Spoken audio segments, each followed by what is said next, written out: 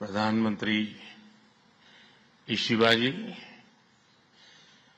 भारत और जापान के business leaders, देवी और सज्जनों, नमस्कार।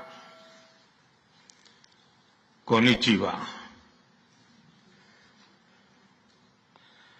मैं आज सुबह ही टोक्यो पहुंचा हूं। मुझे बहुत खुशी है कि मेरी यात्रा की शुरुआत बिजनेस जगत के दिग्गजों के साथ हो रही है और उसमें से आपसे बहुत लोग हैं जिनसे मेरा व्यक्तिगत परिचय रहा है।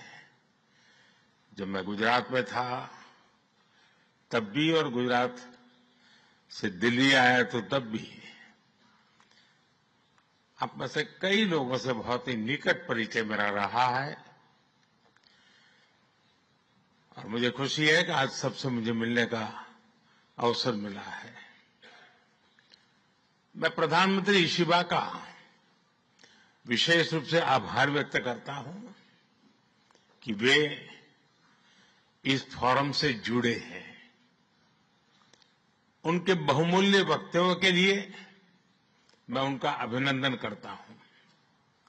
साथियों, भारत की विकास यात्रा में जापान हमेशा एक अहम पार्टनर रहा है। मेट्रो से लेकर मैन्युफैक्चरिंग तक,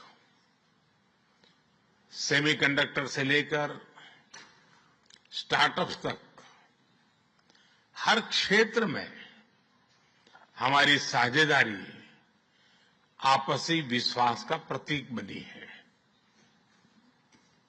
जापानी कंपनियों ने भारत में $40 बिलियन से ज्यादा का निवेश किया है। मात्र पिछले 2 वर्षों में $13 बिलियन का प्राइवेट इन्वेस्टमेंट हुआ है।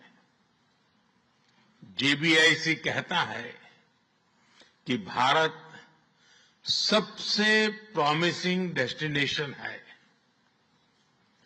जेट्रो बताता है कि 80% कंपनियां भारत में एक्सपांड करना चाहती है और 75% ऑलरेडी मुनाफे में है। यानी in India capital does not just grow, it multiplies. साथियों, पिछले 11 वर्षों में भारत के अभूतपूर्व ट्रांसफॉर्मेशन से आप सब भली भांति परिचित है। आज भारत में पॉलिटिकल स्टेबिलिटी है, इकोनॉमिक स्टेबिलिटी है, पॉलिसी में पारदर्शिता है, प्रिडिक्टिबिलिटी है। आज भारत विश्व की सबसे तेज ग्रो करने वाली मेजर इकोनॉमी है और बहुत जल्द विश्व की तीसरी सबसे बड़ी इकोनॉमी बनने जा रहा है। वैश्विक ग्रोथ में भारत 18% योगदान दे रहा है। भारत की कैपिटल मार्केट्स में अच्छे रिटर्न्स मिल रहे हैं। एक मजबूत बैंकिंग सेक्टर भी है। लो इन्फ्लेशन और लो इंटरेस्ट रेट्स, करीब $700 बिलियन के फॉरेक्स रिजर्व है। साथियों, इस बदलाव के पीछे हमारी रिफॉर्म, परफॉर्म और ट्रांसफॉर्म की अप्रोच है। 2017 में हमने वन नेशन वन टैक्स की शुरुआत की थी। अब इसमें नए और बड़े रिफॉर्म लाने पर काम चल रहा है। कुछ हफ्ते पहले हमारी संसद ने नए और सिंप्लीफाइड इनकम टैक्स कोड को भी मंजूरी दी है। हमारे रिफॉर्म्स केवल टैक्स प्रणाली तक सीमित नहीं है। हमने ईज ऑफ डूइंग बिजनेस पर बल दिया है। बिजनेस के लिए सिंगल डिजिटल विंडो अप्रूवल की व्यवस्था की है। हमने 45,000 कंप्लायंसेस रेशनलाइज किए हैं। इस प्रक्रिया को गति देने के लिए डीरेगुलेशन पर एक उच्च स्तरीय कमेटी बनाई गई है। डिफेंस और स्पेस जैसे सेंसिटिव क्षेत्रों को प्राइवेट सेक्टर के लिए खोल दिया गया है। अब हम न्यूक्लियर एनर्जी सेक्टर को भी खोल रहे हैं। साथियों, इन रिफॉर्म्स के पीछे हमारा विकसित भारत बनाने का संकल्प है, हमारा कमिटमेंट है, कन्विक्शन है और स्ट्रेटेजी है। और विश्व ने इसे रिकॉग्नाइज ही नहीं, एप्रिशिएट भी किया है। S&P ग्लोबल ने 2 दशक बाद भारत के क्रेडिट रेटिंग अपग्रेड किए हैं। The world is not just watching India, it is counting on India. साथियों, अभी भारत जापान बिजनेस फोरम की रिपोर्ट प्रस्तुत की गई। कंपनियों के बीच हुई बिजनेस डील्स, इसका बड़ा विस्तार से वर्णन दिया गया। इस प्रगति के लिए मैं आप सभी का बहुत बहुत अभिनंदन करता हूं। हमारी साझेदारी के लिए मैं भी कुछ सुझाव बड़ी नम्रतापूर्वक आपके समक्ष रखना चाहूंगा। पहला है मैन्युफैक्चरिंग। ऑटो सेक्टर में हमारी भागीदारी बेहद सफल रही है और अभी प्रधानमंत्री जी ने इसका विस्तार से वर्णन किया। हम साथ मिलकर वही magic batteries, robotics, semiconductor, ship building और न्यूक्लियर एनर्जी में भी दोहरा सकते हैं। साथ मिलकर हम ग्लोबल साउथ, विशेषकर अफ्रीका के विकास में अहम योगदान दे सकते हैं। मैं आप सबसे आग्रह करता हूं, कम make in India, make for the world. Suzuki और डाइकिन की सक्सेस स्टोरीज आपकी भी सक्सेस स्टोरीज बन सकती है। दूसरा है टेक्नोलॉजी और innovation. Japan tech power house है और भारत एक टैलेंट पावर हाउस है।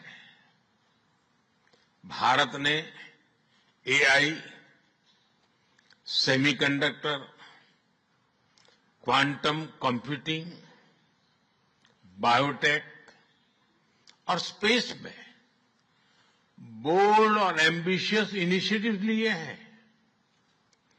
जापान की टेक्नोलॉजी और भारत का टैलेंट मिलकर इस सदी के टेक रिवॉल्यूशन का नेतृत्व कर सकते हैं।